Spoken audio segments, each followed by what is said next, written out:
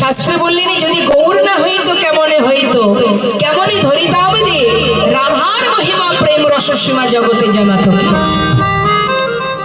গৌর হরি জানালেন, তিনি জানালেন তাই জেনেছি। তিনি না জানালে আমরা রাধা গোবিন্দকে কেউ চিনতে পারতাম না। তিনি জানিয়েছেন তাই চিনেছি, জেনেছি। আজ প্রভু আমার গৌর হরি কৃষ্ণ ভাবে বিভোর হয়েছেন। কৃষ্ণ ভাবে বিভোর হয়ে ভাবের আবেশে জীবের কাছে দুটি বাহু প্রসার করে দান চাইছে। জীব আমাকে দান দাও। কিসের দান? কি এমন দিয়েছেন তিনি যার কারণে তাকে দান দিতে হবে? কি দান দিয়েছেন? হরি বল। প্রভু বলছেন জীব আমাকে দান দাও, দেহ দান, দেহ দান, দেহ দান। এই কথাটার অর্থ কি বাবা? দেহ দান। দেহ দান মানে নিজেকে দান করো। দেহ দান, যার দেয়া দেহ তার চরণে সঁপে দাও। আর কিছু নয়, ধন ঐশ্বর্য টাকা পয়সা বিষয় সম্পদ নয়, শুধু নিজেকে দান করো। তাই তো আজ আমার প্রভু নদিয়ার পথে পথে সবার দিকে হাত বাড়িয়ে বলেছে, গৌর হরি নদিয়ার পথে প্রত্যেকটা জীবের দিকে হাত বাড়িয়ে বলছে জীব আমাকে দান দাও। আর বারবার প্রভু যখন দান চাইছে পথের ধারে নদিয়া নগরী গৌর হরিকে হাত বাড়িয়ে দান চাওয়া দেখে জিজ্ঞাসা করছে, ঠাকুর তুমি দান নেবে? কি দান নেবে তুমি? পথের ধারে এমন ভাবে দুবাহু প্রসার করে দান চাইছো, কিসের দান? কি নেবে তুমি? নিজেদের অঙ্গে যে অলংকার মানে গহনা আছে মা, সেই গহনা খুলে গৌর হরিকে দিচ্ছে, এই নাও এগুলো ধরো। গৌর হরি বললেন আমি তো এ দান চাই না। তাহলে কিছু কন্ডুল নেবে? না। কিছু কড়ি নেবে? না। তাহলে কি চাইছো ঠাকুর? কিসের ভিখারি তুমি? সোনা দানা। আমার নদিয়া নাগরী বলছে, ও ঠাকুর কিসের ভিখারি তুমি? কত কি দিলাম? সোনা দিলাম। তন্ডুল মানে কি? চাল। চাল দিতে চাইলাম, নিলে না। তোমাকে কড়ি দিতে চাইলাম, কড়ি মানে কি? টাকা, সেটাও নিলে না। তাহলে কি কিসের ভিখারি তুমি ঠাকুর? কিসের দান চাইছো তুমি? আজ করুণাময় গৌর সুন্দর নদিয়ার পথে পথে দুটি বাহু প্রসার করে দান চাইছে। আর নদিয়া নাগরী অবাক দৃষ্টিতে চেয়ে আছে, ঠাকুর কি দান চাই? কি চাইছেন ঠাকুর? প্রেম সে বলি রাধা রানী কি জয়টা হলো। আমার দিদি ভাই আসলে সে আপনাদেরকে বারবার বলেছে একটু জোরে জোরে জয়ধ্বনি করো, সেটা ভুলে গেলেন? আরেকবার জোরে বলি রাধা রানী কি। হয়নি, 8 আনা হয়েছে, 8 আনা এখনো বাকি।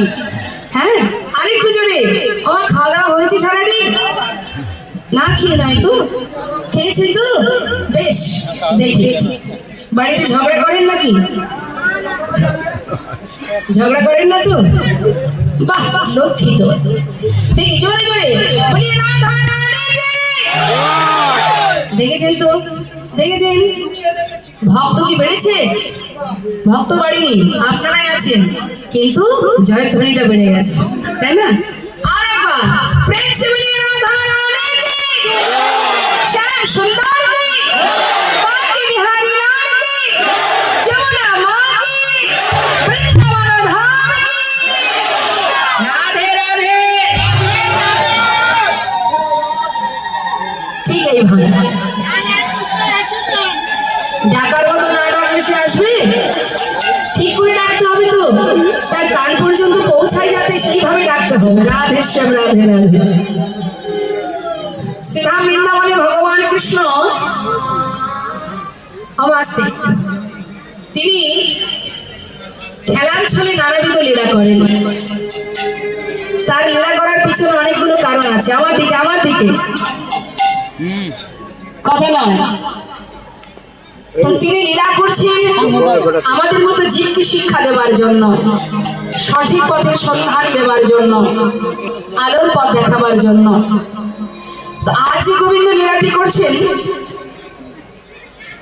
কি করছেন না, সখাগণকে নিয়ে খেলা করতে করতে হঠাৎ সুবলির বদন দেখে রাধার কথা মনে পড়ে গেছে। যা রাধে রাধে, যেই না রাধার কথা মনে পড়ে গেছে তার আর খেলা ভালো লাগছে না।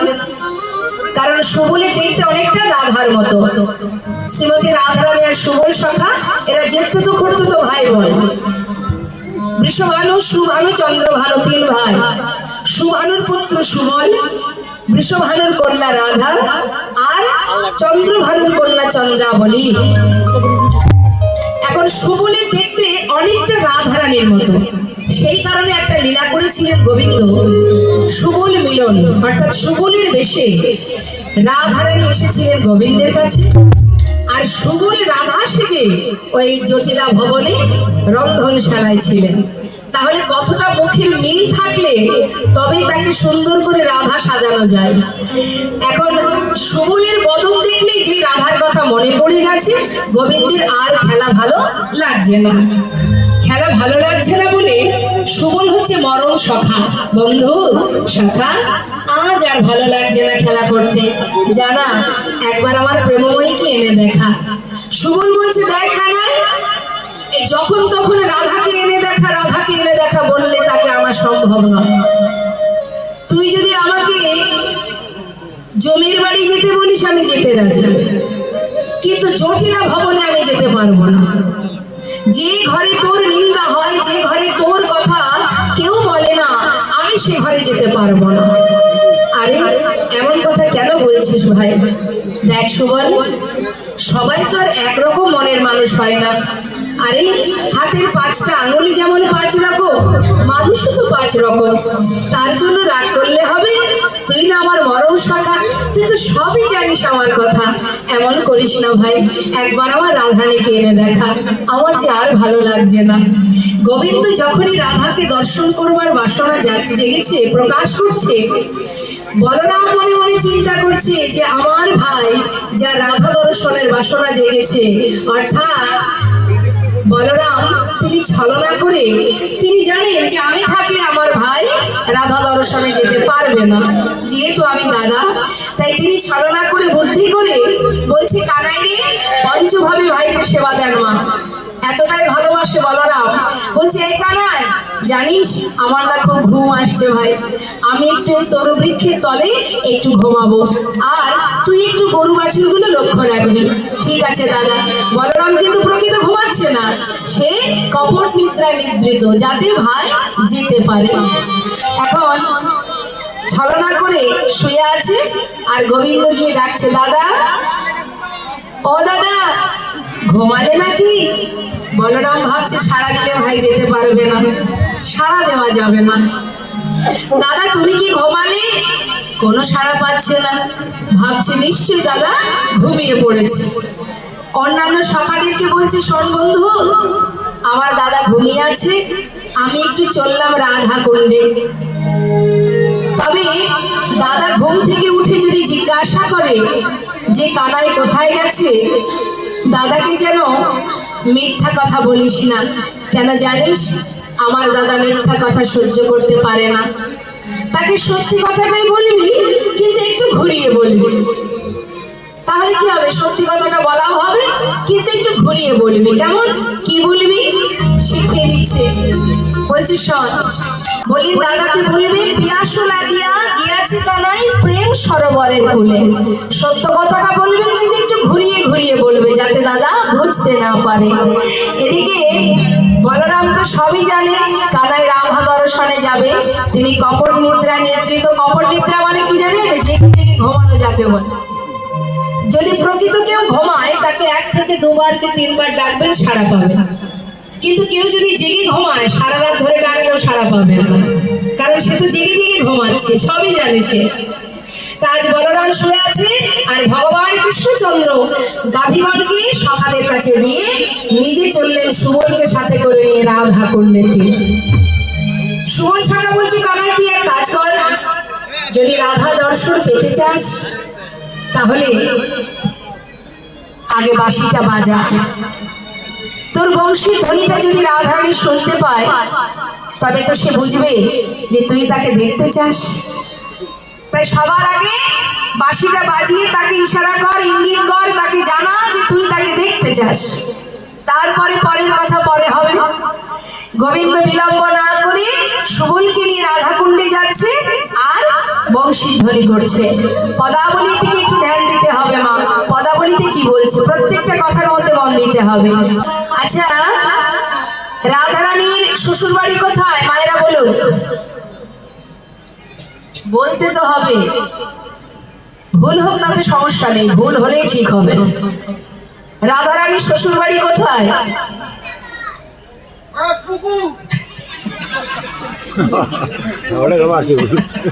কোথায় শ্বশুর বাড়ি বলুন? যাবো হৃদয় গৌর হরি বল।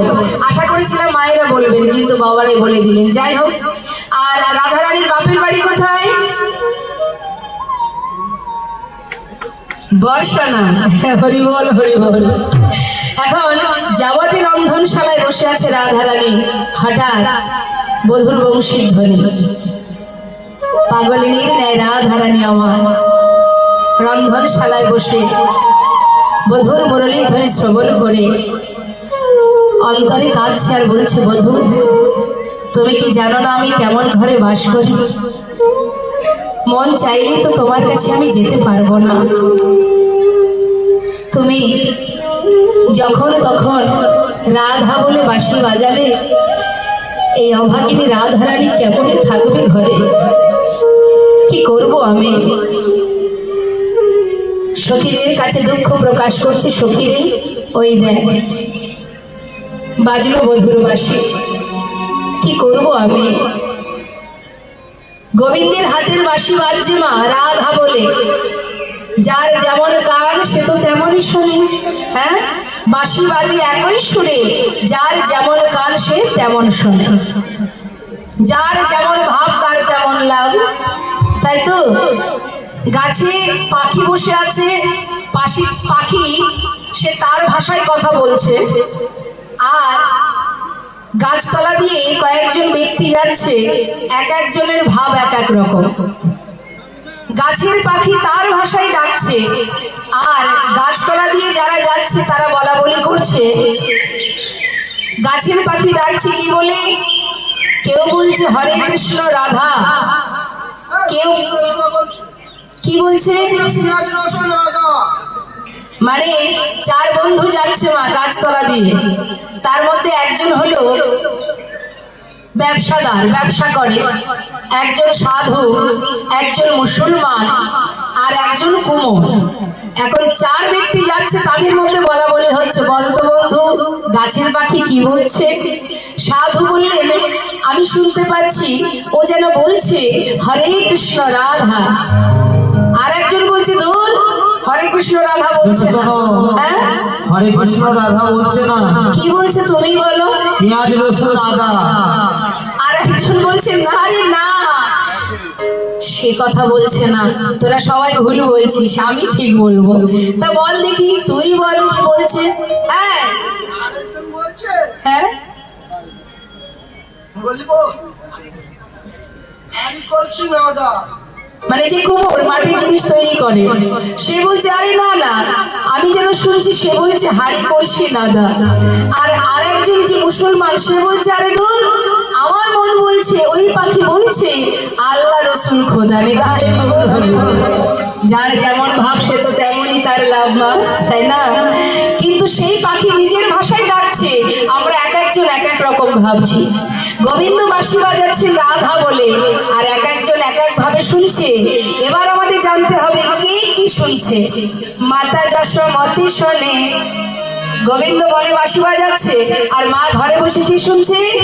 মাতা যশোমতি শোনে, ননি দে মা ননি, ননি দে মা ননি। আর নন্দ শোনে এই তো বাধায়ানি, এই তো বাধায়ানি। শাখা গান শোনে বাঁশি, চল গোঠে যা। আমার রাধারানী শুনে বাঁশি, একবার ঘাটে এসো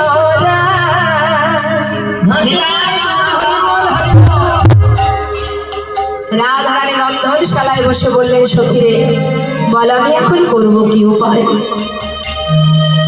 কি করে যাব তার কাছে? রাধা রাধা বলে গোবিন্দ বাঁশি বাজাচ্ছে। সুমন শাখা বলছে, কানাই, এই কানাই শোন, বাঁশি তো বাজালি, এবার এক কাজ কর, বাদিনীর ঘর থেকে রাধারানীকে আনা সহজ কথা নয়। যেখানে তোকে কেউ সহ্য করতে পারে না, যেখানে তোর ভালো কেউ চায় না, সেই ঘরে আমি যেতে পারবো না। বনের মাঝে আমাদের যে মা আছে, সেই মাকে স্মরণ কর, যিনি লীলার সহায়কারিণী যোগমায়া যোগেশ্বরী। হরে কৃষ্ণ। অমা যোগমায়া যোগেশ্বরী কে? যিনি কংসের হাত থেকে উঠে গিয়ে বলেছিলেন, তোমারে বধিবে যে গোকুলে বাড়িছে সে। ইনি হচ্ছেন লীলার সহায়কারিণী যোগমায়া, যিনি গোবিন্দের অন্তরঙ্গ শক্তি। আর বহিরঙ্গ শক্তি যিনি হলেন মহামায়া, মা দুর্গা, মা পার্বতী, যার একটি রূপ দর্শন করে এলাম আজই, ভাগ্যে হলো আপনাদের কৃপায়। সেই মায়ের, ত্রিপতি মায়ের দর্শন করে এলাম। হ্যাঁ, ত্রিপুরেশ্বরী মা, সেই মায়ের রূপ দর্শন করে এলাম, প্রসাদ নিয়ে এলাম। ইনি হচ্ছেন মা পার্বতীর এক রূপ। আর ইনি হলেন বহিরঙ্গ শক্তি, যিনি হলেন মহামায়া। আর অন্তরঙ্গ শক্তি যিনি হলেন যোগমায়া, যিনি লীলার সহায়কারিণী, যিনি যোগাযোগ ঘটান, সেই যোগমায়া, যিনি কংসকে বলেছিলেন, তোমারে বধিবে যে গোকুলে বাড়িছে সে। দেরি না করে সুমন শাখা বললেন, যোগমায়াকে স্মরণ কর, যোগমায়াই পারবে তোদের যোগাযোগ ঘটাতে। গোবিন্দ বিলম্ব না করে পূর্ণমাসী মা যোগমায়াকে স্মরণ করলেন। রাধা দর্শন করতে হবে তো, তাই তাকে ডাকছে, যা রাধে শ্যাম, যা রাধে রাধে। তো আমরা এই সুযোগে একটা মায়ের গান শুনে নিই। তেমন আজ ভগবান কৃষ্ণচন্দ্র যোগমায়াকে স্মরণ করছে, রেখে এবার যাচ্ছেন যাবটে। হরিবল হরিবল। কিন্তু ছলনাটা কি মা, কি করে বাহির করবে? কিছু না কিছু তো একটা ছলনা করতে হবে। তা মিথ্যে কথাটা কি না, মথুরার হাটে দধি দুগ্ধ ঘৃত ঘোল বিক্রির ছলনা। তা যাচ্ছে মা যোগমায়া কিভাবে? বৃদ্ধ বড়িমাই সেজে বড় করে একটা ঘোমটা টেনে, হাতে একটা লাঠি নিয়ে গুটি গুটি পায়ে যাচ্ছে, যেখানে উদ্দেশ্য সেইখানে। আর কি বলছে সবাইকে? এখানে কেউ গোয়ালা আছে? ঘোষ আছে? ঘোষ, টাইটেল ঘোষ আছে? গোয়ালা? রাধে রাধে। যাক, একটা শুভ খবর আছে আপনার জন্য। তা কি সেই শুভ খবর? শুনতে পাবে। তোরা কেউ বিকে যাবি না, বিকে যাবি, বিকে মানে বিক্রি করতে। উদ্দেশ্য কোথায় মা? যাবটে জটিলা ভবনে। ছলনা কি?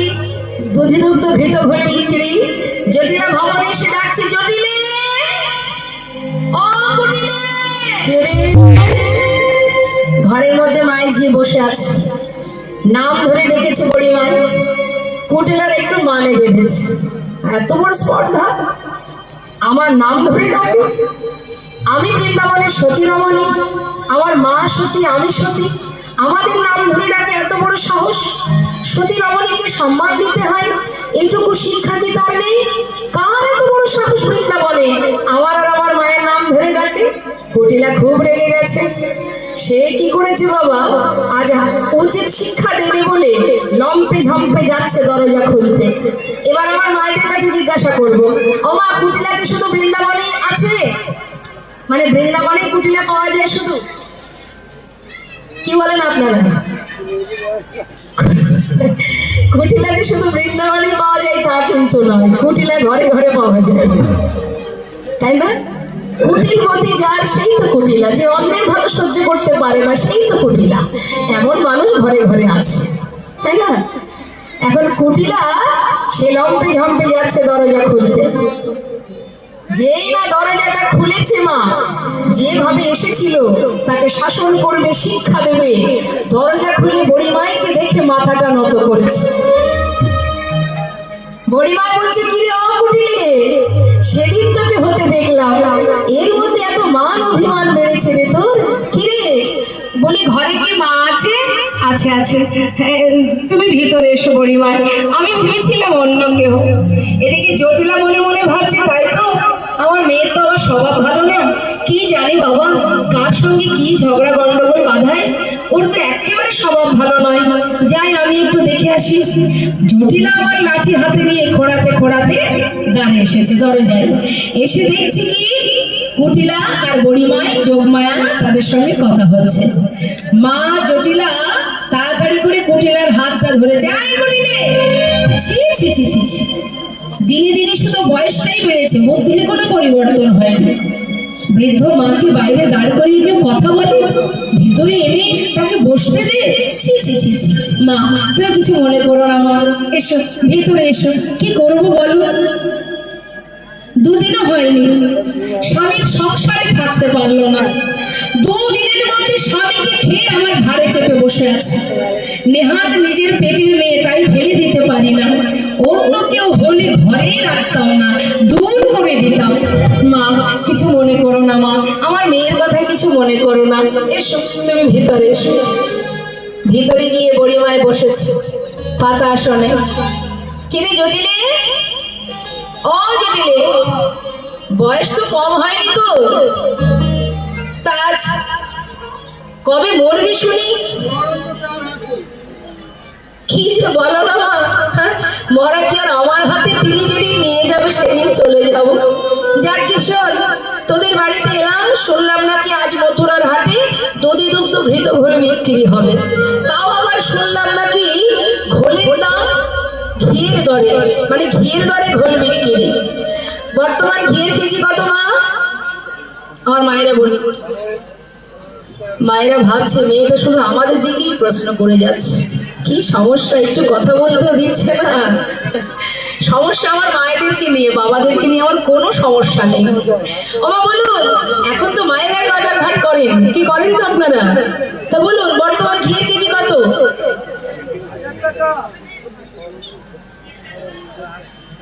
একটু জোরে বলুন।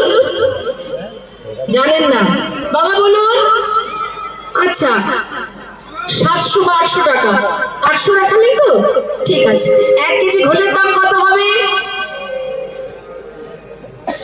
খুব বেশি হলে 100 টাকাই হোক। তা সেই ঘোলে যদি ঘিয়ের দরে বিক্রি হয় বাবা, এটা আপনার জন্য অফার। আর দেরি নয়, রাতারাতি ধনী হওয়ার এই সুযোগ।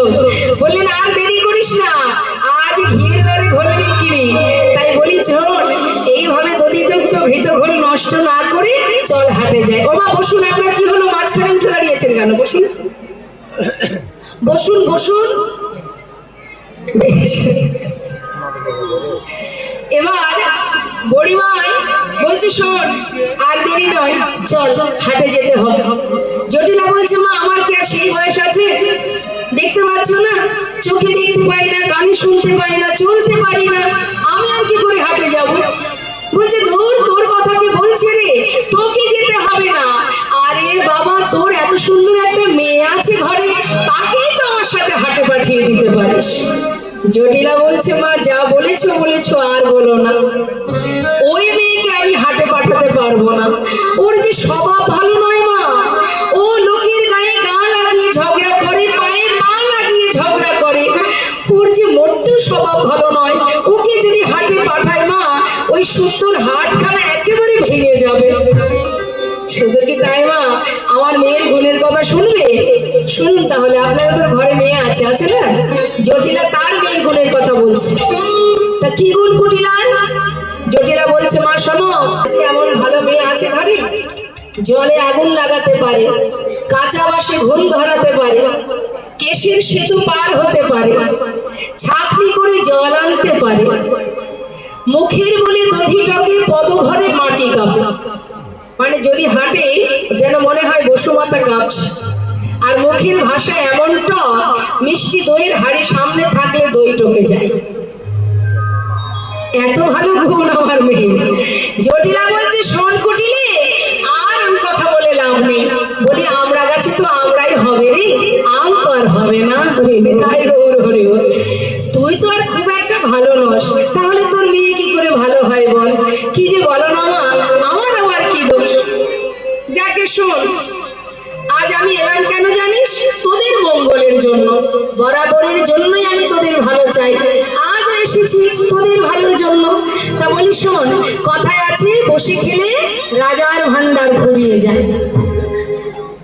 যার ব্যবসা কখনো ছাড়তে নেই রে, বলা যায় আজ যে রাজা কাল সে ভিখারি। হ্যাঁ, কে জানে আজ আমি যেমন আছি কাল সে তেমন থাকবো কিনা। ওরে জটিলা রে, এইভাবে হেলায় সময় নষ্ট করিস না। লোকে বলে বসে খেলে রাজার ভান্ডার ফুরিয়ে যায়, তাই আর নয় রে, চল আমরা মথুরার হাটে যাই, দধি দুগ্ধ ঘৃত ঘোল বিক্রি করে আসি। জটিলা বলছে, মা আমি যেতে পারবো না, আমার মেয়ে পারবে না।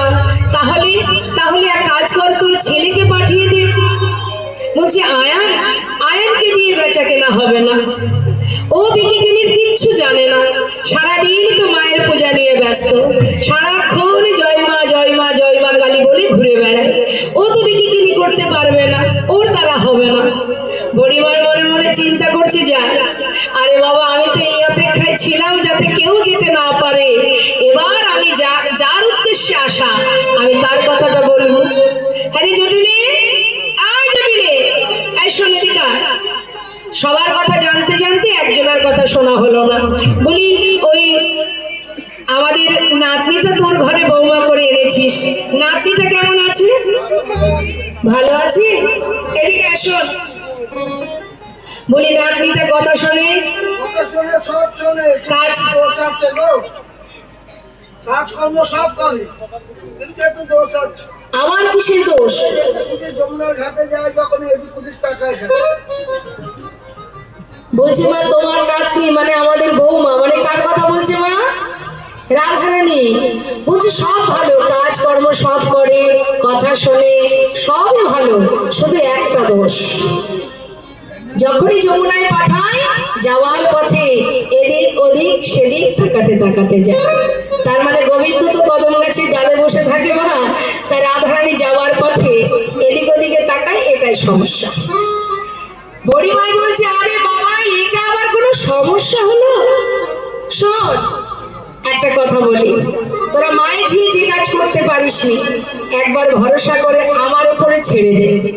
আরে বাবা এইটুকু সমস্যা সমাধানের কোনো অসুবিধা নেই, সামান্য ব্যাপার। শোন, আজ বৌমাকে হাটে নিয়ে যাব, তোর ঘরের বৌমাকে মানে আমার নাতনিকে হাটে নিয়ে যাব। হাটে গিয়ে ওই দধি দুগ্ধ ঘৃত ঘোল বিক্রি করবে, কেউ বলবে 1 সের ঘোল দাও, কেউ বলবে 2 সের ঘোল দাও, কেউ বলবে 3 সের ঘোল দাও। ঘোল যখন বিক্রি করবে, আরে বাবা ঘোল বিক্রি করার সময় তো হিসাবের ব্যাপার আছে, কত দিলাম কত নিলাম। যখন মাথাটা ওই ব্যবসার মধ্যে থাকবে, মাথা থেকে কেলে ছোড়াটা কোথায় উড়ে চলে যাবে। তা যা বলেছো মা, কিন্তু মা একটাই শুধু চিন্তা, ওই যে এদিক ওদিকে তাকাতে তাকাতে যায়, বলো দেখি ঘরের লক্ষ্মী ঘরের বউ, লোকে দেখলে বলবে কি? বলে, ও রাজনন্দিনী, নাতনি এদিকে এদিকে। এই দেখুন কত সুন্দর দেখেছি, ডাকার সাথে সাথে চলে এলো। বাবা হ্যাঁ নাতনি। বলি, ও রাধে, কি রায়, তোর শাশুড়ি ননদিনী তোর বিরুদ্ধে একটা কথা বলছে, তুই নাকি কার দিকে তাকাতে তাকাতে পথে যাস। ছি ছি ছি ছি। আরে বাবা এমন কেউ করে? সংসারে কর্ম করবি, শাশুড়ি ননদিনীর কথা শুনবি, মন দিয়ে সংসার করবি। শোন একটা কথা বলি, শোন, এই আজ আমি তোকে হাটে নিয়ে যাব, তা তুই এক কাজ কর, ওই শাশুড়ির পা ছুঁয়ে কথা দি যে আমি তোকে হাটে নিয়ে যাবার পথে কখনো এদিক ওদিক কোনো দিকে তাকাবি না, সোজা তাকাবি। যা, পা ছুঁয়ে কথা দে। শোনো ননদি, শোনো, আমার দিকে তাকিয়ে দেখো, আমি এই শাশুড়ি মায়ের পা ছুঁয়ে কথা দিলাম, আজকের মথুরা হাটে যাব, কিন্তু এদিক ওদিক কোনো দিকে তাকাবো না, বাঁকা পেলে কিন্তু দাঁড়িয়ে যাবো। শ্রীমতী রাধারানী বলেছেন, আজ যদি মথুরার হাটে যাওয়ার অনুমতি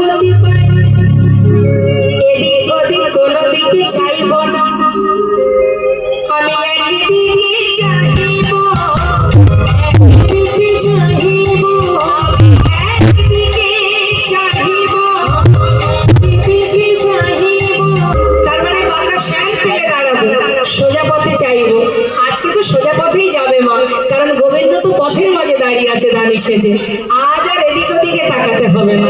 যাক, এই তো, এই না হলে আমার বৌমা মেয়ে রাজনন্দিনী, আর দেরি নয়, তাড়াতাড়ি গুছিয়ে নে, দধি দুগ্ধ ঘৃত ঘোল সাজিয়ে নে, চল, দেরি না করে হাটে যেতে হবে।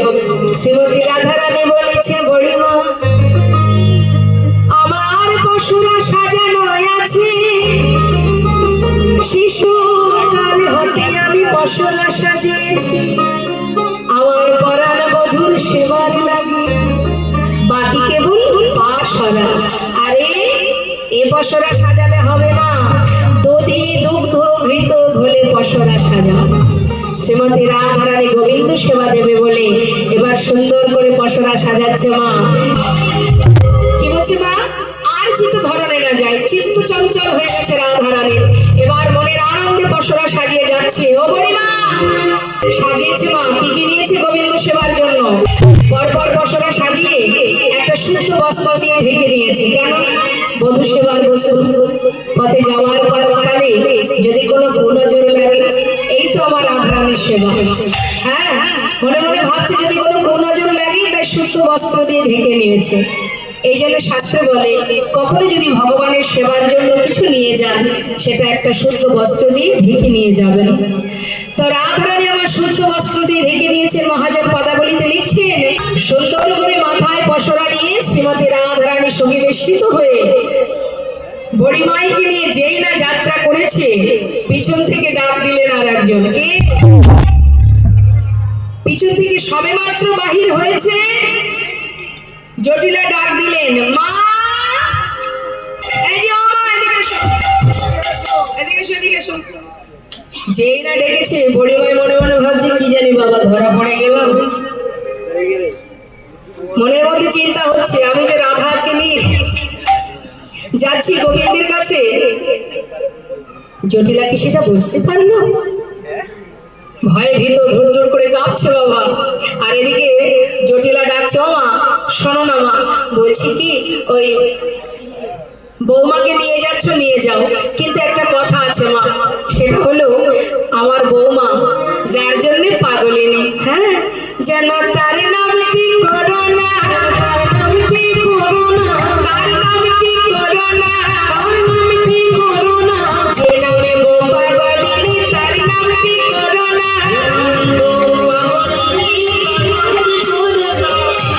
বাবা, বড়িমাই মনে মনে চিন্তা করছে, তবে জটিলে তোর মুখে ওই কৃষ্ণ নাম শুনবো, তবে আমি হাটে যাব।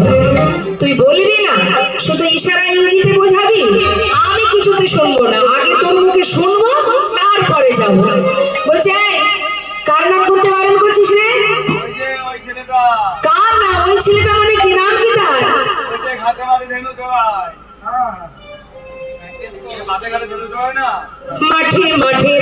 চড়াই, তার নাম কি করোনা, মাঠে মাঠে ধেনু চড়াই, তার নাম কি করোনা। দাঁড়া দাঁড়া দাঁড়া দাঁড়া দাঁড়া, মাঠে মাঠে ঘুরে ধেনু চড়াই। ও, এবার বুঝেছি বুঝেছি, আরে ওই সুবলির কথা বলছিস? সুবল না? দেখ জুড়িলে, সবে মাত্র যাত্রা করেছি, যাত্রাটা অশুভ হয়ে যাচ্ছে। আরে বাবা, যা বলবি সোজাসুজি বললেই তো হয়, এত হেয়ালির কি বা আছে? আরে ঠিক করে বল তো, কার কথা বলতে বারণ করছিস? এই বল, কে সে? সুবল নয়, তবে কে? ওই যে ওই সেই ছেলেটা। আরে নাম কি তার? বলবি তো সেটা। ওই যে ননি চুরি করে খায়, ননি চুরি করে খায়, তার নাম কি করোনা, ননি চুরি করে খায়, তার নাম কি করোনা, ননি চুরি করে খায়, তার নাম কি করোনা, ননি চুরি করে খায়, তার নাম কি করোনা। কিছুতেই বলছে না মা, জটিলা ঘুরেই যাচ্ছে অন্যভাবে ঘুরিয়ে ঘুরিয়ে, কিন্তু বড়িমাই কিছুতেই ছাড়ছে না, যত সময় সত্য কথাটা, ঠিক কথাটা না বলবে, ছাড়বে না। বড়িমাই বলছে, আয় জটিলে, ননি চুরি, ও মধুমঙ্গল, মধুমঙ্গল নয়, তাহলে কে? ওই যে নন্দের বেটা কেলে ছোড়া, নন্দের বেটা কেলে ছোড়া, তার নাম কি করোনা, নন্দের বেটা কেলে ছোড়া, তার নাম কি করোনা, নন্দের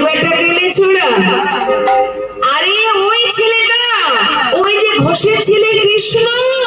কৃষ্ণ কৃষ্ণ এই, কি হচ্ছে? কৃষ্ণ কৃষ্ণ যে এরা বলেছে কৃষ্ণ।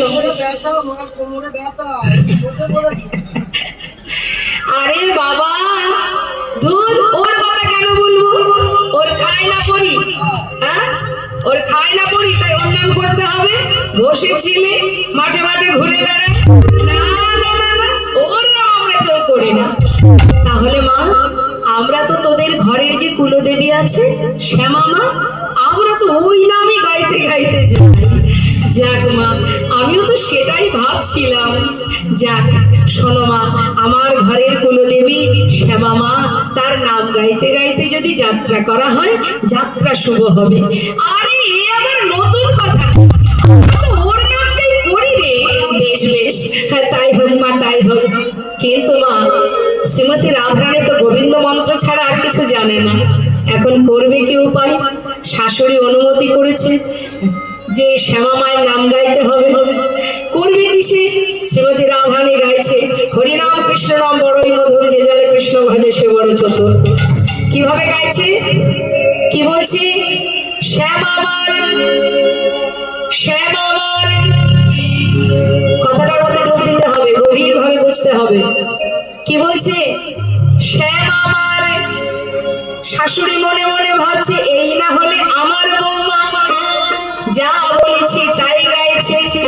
কিন্তু রাধারানী আমার, তিনি কি বলছেন? শ্যাম আমার, শ্যাম আমার, শ্যাম আমার নাম, আমি শ্যামের, শ্যাম আমার, শ্যাম আমার নাম। গাইছে কি? শ্যাম আমার, আমি শ্যামের, শ্যাম আমার, আমি শ্যামের। গাইতে গাইতে যাচ্ছে, সখীরা পাছু পাছু যাচ্ছে, রাধা নাম গাইতে গাইতে। এদিকে হলো কি, গোবিন্দ পথের মাঝে দাঁড়িয়ে আছেন, ভগবান কৃষ্ণচন্দ্র তিনি দানি সেজে দাঁড়িয়ে আছেন। রাধারানীকে সখীদের সাথে আসতে দেখে দুটি বাহু প্রসার করে দাঁড়ালেন। দাঁড়াও সুন্দরীগণ, বলি ও সুন্দরীগণ, সেজে গুজে যাচ্ছে কোথায়? দানির বেশে দাঁড়িয়ে গোবিন্দ আমার দুবাহু প্রসার করে সকল রমণীকে দাঁড় করিয়ে জিজ্ঞাসা করছে, কোথায় যাবে? এই যে অসুন্দরীগণ, বলি অসময় যাচ্ছে কোথায়? হ্যাঁ, ওই যে যে মায়েরা উঠে দাঁড়িয়েছে, আমার দিকে একটু তাকাতে বলুন তো। বলুন বলুন, পাশের জন্য একটু ডেকে বলুন, আমি ডাকছি। রাধে রাধে, বলি যাচ্ছ কোথায়? হ্যাঁ, যাচ্ছ না তো? বেশ। বলছি ও সুন্দরী, এই অসময়ে যাচ্ছ কোথায়? মাথায় ওগুলো কি? হ্যাঁ বলো, মাথায় ওগুলো কি? তোমাদের ঘর কোথায়? ঘরের কুলবধূ যখন তখন ঘর থেকে বেরিয়ে চলে যাবে, নৌকা পার হয়ে চলে যাবে ওপারে, আমি তো তা যেতে দেব না। বলা যায় স্বামীর সঙ্গে ঝগড়া করে এসেছো কিনা? যদি স্বামীর সঙ্গে গন্ডগোল করে ঝগড়া করে যাও, পরে আবার দেখা যাবে তোমার স্বামী এসে আমাদের কাছে জিজ্ঞাসা করবে যে এই পথে আমার সহধর্মিনী গেছে কিনা। তাই আগে কৈফিয়ত দিতে হবে, আগে পরিচয় দিতে হবে, তোমাদের নাম কি, তোমরা যাচ্ছ কোথায়, মাথায় কি, তোমাদের ঘর কোথায়। সখীরা বলছে, আরে এত প্রশ্নের উত্তর তোমায় কেন দেব, তুমি কে হে শুনি? গোবিন্দ বলছে, আমি? শোনো শোনো, আমি কে জানো? ঘাটের ঘাটওয়াল আমি, ঘাটের ঘাটওয়াল, অর্থাৎ এই ঘাটের মাঝি আমি। যেদিক থেকেই আসো না কেন, আমার ঘাটে পার হতে হবে। ঘাটের ঘাটওয়াল আমি। শোনো, বেকার ঘুরে ঘুরে বেড়াচ্ছিলাম, মহারাজ কংসের কাছে দরখাস্ত লিখেছিলাম, মহারাজ ঘুরে বেড়ালে তো আর জীবন কাটবে না, কৃপা করে যদি আমার একটা চাকরি দেন। তাই মহারাজ আমাকে ভালোবেসে দুটো চাকরি দিয়েছে, এক পারের মাঝি, দুই এই যে পথে দাঁড়িয়ে আছি কর নেবার চাকরি, মানে দান নিতে হবে। তোমরা যে নিতই নিতই মথুরার হাটে দধিদুগ্ধ ঘৃতঘোল বিক্রি করো, কংসের দ্বারে কর দিতে হয়, তোমরা তো কর ফাঁকি দিচ্ছ, তাই কর নিতে নিযুক্ত করেছে দুটো চাকরি। আজ দান দেবে, তারপরে তোমাদের পার হতে হবে। দান সবেমাত্র আমরা বিক্রি করতে যাচ্ছি। আছি, এখনো বেচা কেনা করতে পারলাম না, এখন তোমাকে দান দেবো কি করে? এখন আমাদের কাছে করি নেই। এই যে শোনো, এই যে ও পথের দানি, তোমাকে দান দেব ফিরে আসার সময়। এখন আমাদের যেতে দাও, ফিরে আসার সময় দান দিয়ে যাব। কারণ দান যোগ্য বস্তু নাস্তি, আমাদের কাছে এখন দান যোগ্য বস্তু নেই, আমরা এখন দিতে পারবো না। গোবিন্দ বললেন এমন কথা সবাই দেয়, কিন্তু চলে গেলে আমার কথা আর কারোর মনে থাকে না।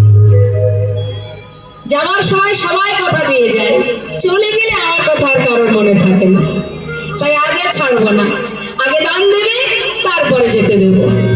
সখীরা বলছে বললাম তো আমাদের কাছে এখন কিছু নেই, আমরা বিক্রি করে ফেরার পথে দান দিয়ে যাব। ছাড়বো না। বলি শোনো সুন্দরীগণ, যদি কর দিতে না পারো, দান দিতে না পারো, তাহলে মাথায় যে পশরাগুলো আছে এগুলোই না হয় আমাকে দিয়ে দাও, সেইগুলো না হয় কর স্বরূপ দান স্বরূপ মহারাজের কাছে দান করে দেব। হ্যাঁ তাই করো। এই বলে গোবিন্দ এগিয়ে যাচ্ছে সখীদের কাছে। দাও, হয় পশরা দেবে আর না হলে করি দেবে, বলে কোনটা দেবে? গোবিন্দ যত এগিয়ে যাচ্ছে সখীদের দিকে মা, আর সখীরা তত তাড়াতাড়ি পিছিয়ে যাচ্ছে। আরে আরে আরে এগিয়ে আসছে যে, এই যে শোনো, ও শ্যামনগর, তুমি পরপুরুষ, আমরা পরনারী, সাবধান, তুমি কিন্তু একবারও এগিয়ে আসবে না, আমাদেরকে ছোবে না। কেন জানো? তুমি হলে পরপুরুষ, যদি আমাদের অঙ্গে ছোঁয়া তো পড়ে থাক, যদি বাতাসও লাগে স্নান করে ঘরে যেতে হবে। তাই সাবধান, একদম এগিয়ে আসবে না। কি বলছে মা? ছিও না, সাবধান, তোমার এই কালো গায়ের গন্ধ আসে, তুমি কিন্তু ছোবে না, যাও দূরে সরে যাও। শোনো, তোমাকে যে দানি করেছে কংস মহারাজ, খুঁজে খুঁজে আর কাউকে পায়নি। এই বৃন্দাবনে এত মানুষ থাকতে তোমাকে দানি করলো, কি আছে গুণ তোমার যার কারণে তোমায় দানি করেছে? হ্যাঁ, কি গুণ আছে তোমার? গোবিন্দ বলছে আমার গুণ নেই মানে? আমার তো অনেক গুণ। কি মা আপনারাই বলুন, গোবিন্দের গুণ আছে? আছে? আছে না? গুণ আছে, কিন্তু একটা ভালো গুণ না। তাহলে বলি সখীরা কি বলছে দেখুন, গোবিন্দকে বলছে সখীরা, শ্যামনগর, যে পুরুষের গুণ থাকে সেই পুরুষকে সবাই কি বলে? সুপুরুষ, উত্তম পুরুষ। হ্যাঁ, আর যে পুরুষের গুণ থাকে তাকে তো সমাজের কাজে লাগে, যার কোনো গুণ নেই তাকে কোনো কাজে লাগে? হ্যাঁ, আর সখীরা গোবিন্দকে শোনাচ্ছে, বলো কোন গুণে, বলো বলো সে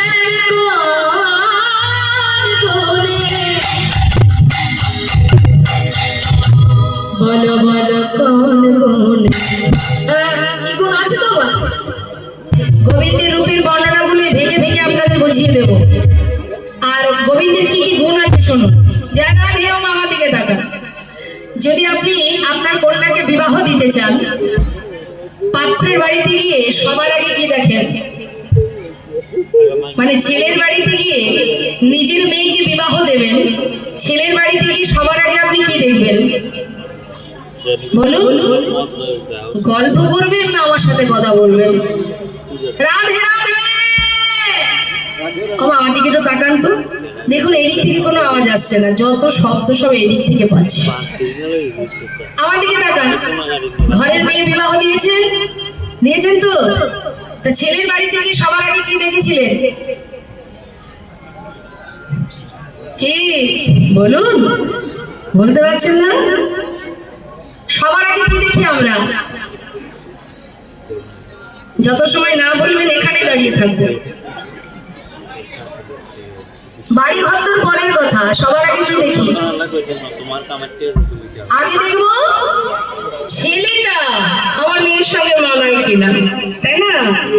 আগে তো দর্শনধারী, তারপরে গুণ বিচার।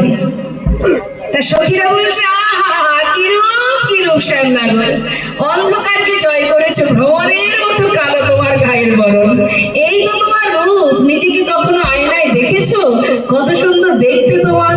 হ্যাঁ, কে তোমায় ভালোবাসবে বলো?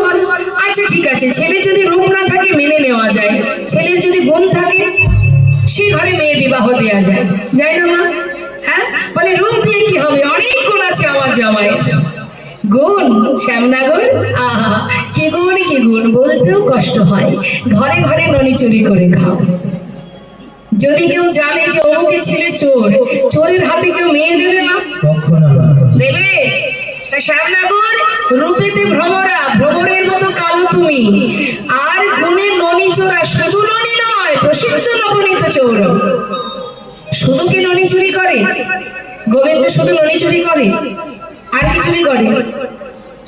ব্রজললনার বসন চুরি করে, ব্রজ মায়েদের মনকে চুরি করে। চোরের শিরোমণি বাবা, আর কলিযুগে গৌর হয়ে কলিহত জীবের পাপ রাশিকে চুরি করছেন। তাই বলে পাকা চোর। এই ছেলেকে কে ভালোবাসবে বলো? ঠিক আছে, রূপ নেই গুণ নেই, ছেড়ে দাও। ছেলের যদি অনেক ধন সম্পদ থাকে, সে ঘরে মেয়ে বিবাহ দেওয়া যায়, তাই না? আগে দেখতো, আগেকার সময় মা বাবারা কি দেখতেন, যে ছেলের বাড়িতে কি কি আছে না আছে। এখন মানুষ দেখে ছেলে কি করে, তাই না? আগে দেখতো তার বাড়িতে কি কি আছে, ধন সম্পদ আছে কিনা। সেই ঘরে মেয়ে বিবাহ দিলে খাওয়া পড়ার কখনো কষ্ট হবে না। তা ধন সম্পদ যদি থাকতো, তা কেউ না কেউ তোমায় ভালোবাসতো। তা তোমার তো নিজের কিছু নেই।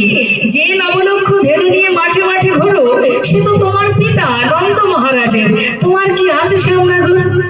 সখীরা বলছে ঠিক আছে, মেনে নিলাম ধন সম্পদ নেই।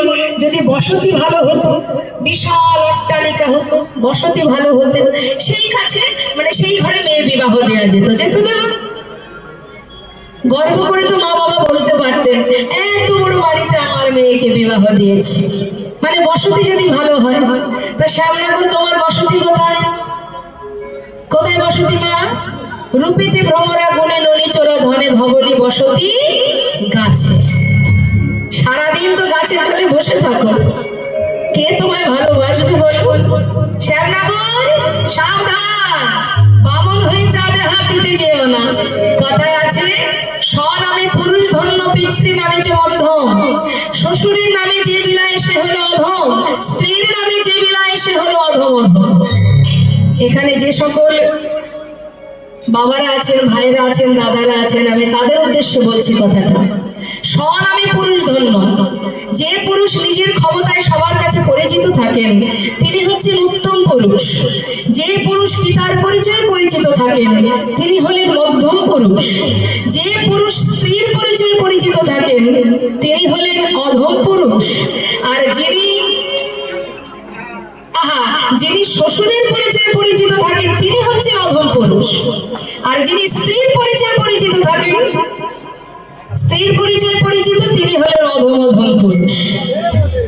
মানে বুঝেই বলবো মা, ধরুন এই রাস্তা দিয়ে কোনো একজন ভদ্রলোক যাচ্ছে, আমি জিজ্ঞাসা করলাম আপনার কাছে, আচ্ছা মা, এই ভদ্রলোকটিকে, এনাকে তো আগে কখনো দেখিনি। আপনি তখন আমাকে জানাচ্ছেন, চিনতে পারছো না? অমুক দিদিমণির স্বামী। তার মানে দিদিমণিকে সবাই চেনে, দাদাবাবুকে কেউ চেনে না। দিদিমণির পরিচয়ে দাদাবাবু পরিচিত। হচ্ছে অধম পুরুষ। বোঝা গেল? শ্যামনগর সাবধান, সাবধান, আমাদের রাধানি কিছুতে আসবে না, বামন হয়ে চাঁদে হাত দেবে না। কেমন? গোবিন্দকে এত কথা বলার পর গোবিন্দ মনে মনে চিন্তা করছেন, তবে এত কথা, দেখতে ভালো নয়, গায়ের রং কালো, সব শুনলাম, কিন্তু আমিও তো ছাড়বো না। গোবিন্দ বলছে, ও সুন্দরী, শোনো শোনো, এই যে তোমরা কালোর নিন্দা করছো, আমার দেখতে ভালো না, গায়ের রং কালো, বেশ মেনে নিলাম, কিন্তু শোনো, কালোর কত গুণ আছে সেটা কি তুমি জানো? সখীরা বলছে, কালোর আবার কি গুণ থাকবে? কালোর আবার কি গুণ থাকবে? বলে, কালো আছে বলেই তো আলোর এত আনন্দ। কি মা, আলোর নিচে যদি অন্ধকার না থাকতো, তাহলে আলোকে পেয়ে আমরা খুশি হতাম? হ্যাঁ, অন্ধকারটা আছে বলেই তো আলোকে পেয়ে আমরা খুশি হই, তাই তো? তার মানে কালোই হচ্ছে জগতের আলো। নিতাই গৌর হরি বল। এই যে শোনো সুন্দরী, এত সময় সখীরা বললেন, এবার গোবিন্দ বলছেন সখীদেরকে, কি বলছে? কালো কালো করোনা, কি বললেন কথাটা? কালো আছে বলেই, এই যে কালো হচ্ছে যমুনার জল। যমুনার জল কালো, যেটা আমরা সবাই পান করি। বলি, কি বৃন্দাবনে গেলে যমুনার জল সবাই আমরা পান করি তো মা? আর বলছে যত সময় আকাশে ঘন কালো কৃষ্ণ মেঘ না হয় তত সময় তো বৃষ্টি হয় না। পরিষ্কার আকাশে বৃষ্টি হয়? কালো মেঘ, কৃষ্ণ কালো মেঘ হলে তবেই বৃষ্টি হয়। আর বৃষ্টি হলে কি হয়? এই ধরা শীতল হয়ে যায়। হরি বল। ও সুন্দরী, কালো তোমার মাথার কেশ, কালো নয়ন তারা, পরে আছো নীল শাড়ি, চলেছ বাহু নাড়া দিয়া, কালো নিন্দা করো না। মায়েরা বলুন তো, মাথার চুল যদি সাদা হয়, চোখের মনি যদি সাদা হয়, দেখতে কেমন লাগবে? ভালো লাগবে? হ্যাঁ, তাহলে কালোর গুণ আছে তো। শুধু তাই নয়, বলছি শোনো শোনো সুন্দরী, কালোর নিন্দা করো না। আরো বলি শোনো। আচ্ছা মা, যারা ফর্সা হয় তাদের চলিত ভাষায় আর একটা কথা বলে, আর একটা নাম শব্দ আছে। কি বলে বলুন তো? ফর্সাদের কি বলে? জানি না এই ভাষাটা আপনাদের এদিকে কেউ বলে কিনা। কটা বলে? কটা শব্দটা বলে? যাদের গায়ের রং ফর্সা হয়, দেখুন অনেকে বলে যে দেখলাম মেয়েটা কটা, মানে ফর্সা। হ্যাঁ, তা বলছে শোনো, এই যে সুন্দরী, কালো নিন্দা করছো, এবার বলি শোনো। যেই না বলেছে সখীরা বলে, এই রাধে, আয় রাধে, এই পথে আমরা যাব না, চল আমরা অন্য পথে যাই। যেই না বলেছে মা, গোবিন্দ ছুটে গিয়ে রাধানি চরণ ধরেছে। হে রাধে, রাগ করো না, মান করো না, এসো রাধে, একবার আমার কাছে এসো। হে রাধে, তুমি অনেক কষ্ট করে বাদিনীকে আড়াল করে কিছু সময়ের জন্য এসেছো গোবিন্দ সেবা দেবে বলে।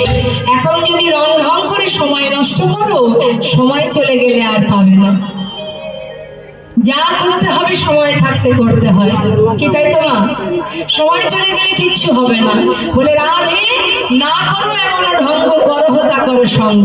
রং ঢং করে সময় নষ্ট করো না, তার সঙ্গ করো, তার সেবা দাও, তার সঙ্গে বিকিকিনি করো, সময় চলে গেলে আর পাবে না। এই কথাটা আরো একজন বলেছিলেন বাবা। সে কে? লালন ফকির। সময় গেলে সাধন হবে না, তাই না?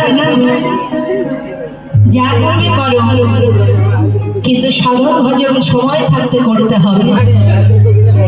ওই যে সময় হয়েছে ঘুম পড়া, ঘুম আসছে, রাধে রাধে, হ্যাঁ যার ঘুমিয়ে পড়ো। যা করতে হবে সময় থাকতে। তাই সখীদেরকে বলছে, এই সখী, না রে না, দেরে পশরা দে, আমি আমার বধূ সেবা দিই। আজ শ্রীমতী রাধারানী বধূর বাম পাশে দাঁড়ালেন, আর সখীরা সবাই মিলে যুগল হেরে যুগল গুণগান গাইতে লাগলেন। আমরাও সেই মধুর লীলা দর্শন করলাম। এবার আমরাও রাধা গোবিন্দের যুগল দর্শন করব, আর সখী অনুগত হয়ে, সখী ভাবাপন্ন হয়ে সবাই মিলে একসঙ্গে যুগল গুণগান গাইব। তেমন রাধে রাধে, কই দেখি একবার হাত দুটো একটা দেখান তো। রাধে রাধে, প্রেম সে বলিয়ে রাধে শ্যাম কি, রাধা মাধব কি, রাধা গোবিন্দ কি, রাধে রাধে। আজ রাধা গোবিন্দ যুগলে দাঁড়ালেন, আমরা সবাই ঠিক ভজন গাইব। জয় রাধে শ্যাম।